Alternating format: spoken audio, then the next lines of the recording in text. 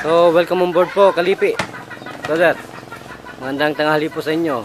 Magandang tanghali ho naman. So, ano pong balita natin na pwede natin pong malaman sa ating pong natamong kagalingan, sa ating pong pagbisita, sa ating pong katulad natin na nagkakaroon po ng kaunting katanungan sa tamang mediko. Ano pong karamdaman niya at naputol po ang inyong mga paa na to? Ano ba ang sakit yan? Sabi mo nila ng doktor doon sa ospital, diabetes ho.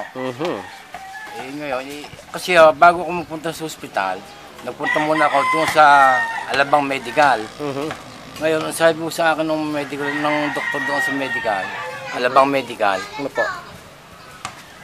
Nung makitang may sugat yung pagitan ng daliri ng paa ko ho, ang sabi ko ng doktor sa Alabang, Putol agad.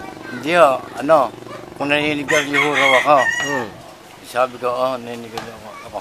Tigilan niyo na kung pagpaninigarilyo. Yun ho sabi ng doktor sa Alabang.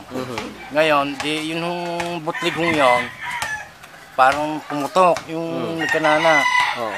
Ngayon, di ginagamot ko. Pinayuhan nga ako ng doktor sa Alabang na gamutin ko. Binigyan ako ng gamot, ointment. Ngayon, sabi sa akin, yun ho raw, nakuha ko sa sigarilyo. Yung do circulate ng mga dugo, yung maliit na ugat doon sa daliri ng paa, hindi na tinatakbuhan. Kaya nagkaroon ng ganong sistema. Ngayon, noong sugat na, di gamot ako ng gamot.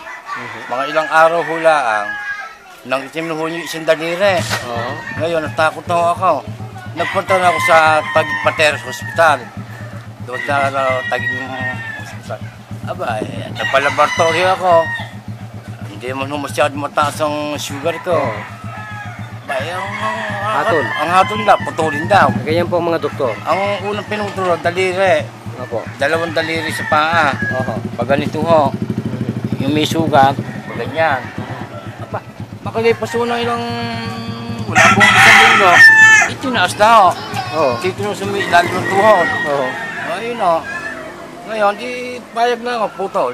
Aba, nung papacheck up na naman ako, ang gusto putulin na naman dito sa hita. Ay, grabe.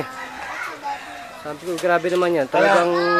Kaya noon sinabi ko nung sa nung huling pa-check up ko, puputulin naman dito. Sabi ko, teka muna at ako kukonsulta ko muna sa mga anak ko.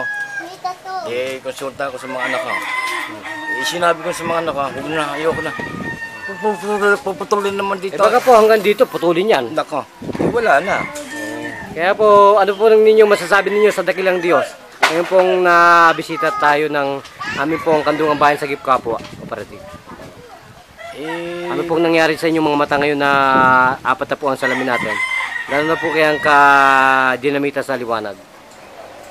Doon mo sa pagkakadating nyo rito, ngayong araw na ito, at ako nga napansin nyo, nagpapasalamat po ako. Ano po? Talagang, kasi gusto ko talagang mabuhay po ng matagal. Kasi kamamati hula ng asawa ko. Ay, ganun po ba? Kung noong isang linggo hula nilibing. Kaya gusto ko mabuhay po. Magbuhay po ng matagal-tagal.